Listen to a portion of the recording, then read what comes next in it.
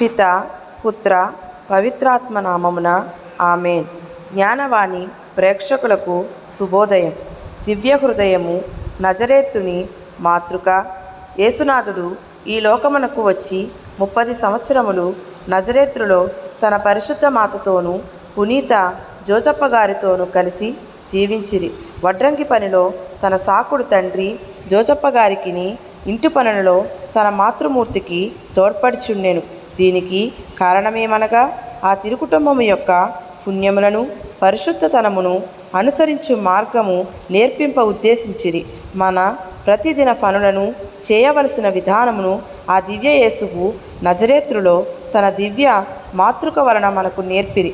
కుటుంబంలో ఉన్న చిన్న చిన్న సాధారణ పనులు సక్రమంగా చేయుట వలన తన పరమపితను 30 సంవత్సరములుగా మహిమపరిచి ఉండెను.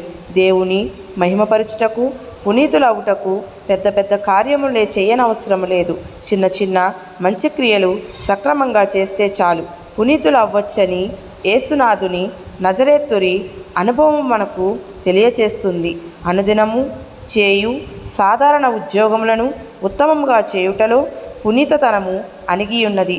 మన జప తప ధ్యానములు కూడా యేసునాథుని దివ్య హృదయము ఎలాగు చేసినదో అలాగే మనమును చేసి ఆయన నజరేతులో జీవించిన జీవమునే మనము జీవించవలయును.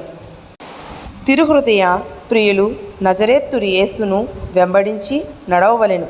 వారు ఏమి చేసినను తమ సొంత మహిమను, పరుల పొగడ్తలను వెతకక సర్వేశ్వరుని మహిమా స్తోత్రమును, ఆత్మల రక్షణమును మాత్రము వెతకవలెను. సువిశేషములో దివ్య రక్షకుడు పరిసయ్యులను లెక్కలేనన్నిసార్లు ఖండించిన విషయం మనం మరువకూడదు. ఆ పరిసయ్యులు అధిక భక్తి కలవారని ఇతరులు పొగడునట్టుగా నడి బజారులో నిలుచుని జపము చేసిరి. పేదవారికి ఏదైనా ధర్మము ఇచ్చిన ఎడల అందరికీ కనబడినట్లు ఇచ్చిరి. ఒక ప్రొద్దుగా ఉండినప్పుడు తాము ఉపవాసం చేయుచున్నామని మనుష్యులకు అగుపడుటకై తమ ముఖములను తెల్లబార చేసుకొనిరి. మనము ఆ పరిచయులలాగు చేయక ఇతరులు వ్యర్థమైన పొగడ్తలు వెతకక యేసునాథుని దివ్య హృదయ స్తోత్రము నిమిత్తము పరుల ఆత్మల రక్షణ మన కొరకు సత్క్రియలను చేయవలెను. అలా చేసినప్పుడు పరలోకములో తగిన ఫలితము పొందవచ్చును. కాబట్టి యేసునాథుని దివ్య హృదయమునకు మీ సత్క్రియలన్నింటినీ ఒప్పగించదవని నీవు కూలివాడైనను, భాగ్యవంతుడవైనను, ఉద్యోగస్తుడవైనను, ఉపాధ్యాయుడవైనను, విద్యార్థుడవైనను నిత్య మోక్షానంద భాగ్యమును పొందుదువు. అద్భుత సంఘటన.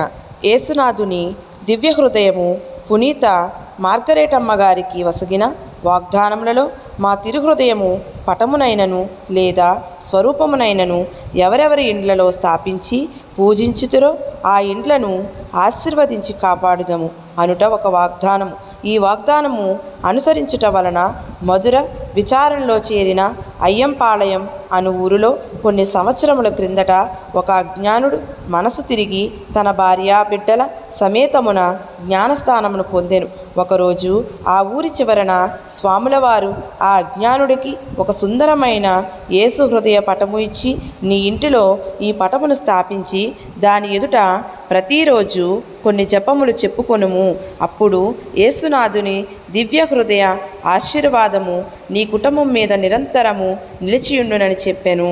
గురువు చెప్పిన ప్రకారము ఈ క్రొత్త క్రైస్తవుడు చేయుచుండెను. ఒకనాడు తాను బయటకు వెళ్ళి తోటలో పనిచేయునప్పుడు తన గ్రామంలో నిప్పంటుకొని ఇండ్లన్నీ కాలిపోయినవి. సాయంత్రం ఇంటికి తిరిగి వచ్చినప్పుడు అన్ని ఇండ్లు కాలిపోగా ఒక ఇల్లు మాత్రము నిప్పంటు కొనక ఉండుట చూచెను. అది వాని ఇల్లే. యేసునాథుని దివ్య హృదయమే అద్భుతంగా తన ఇంటిని కాపాడిందని తెలుసుకుని ఈ తిరుహృదయ పటమును సాష్టాంగపడి ధన్యవాదములు తెలియచేశాను.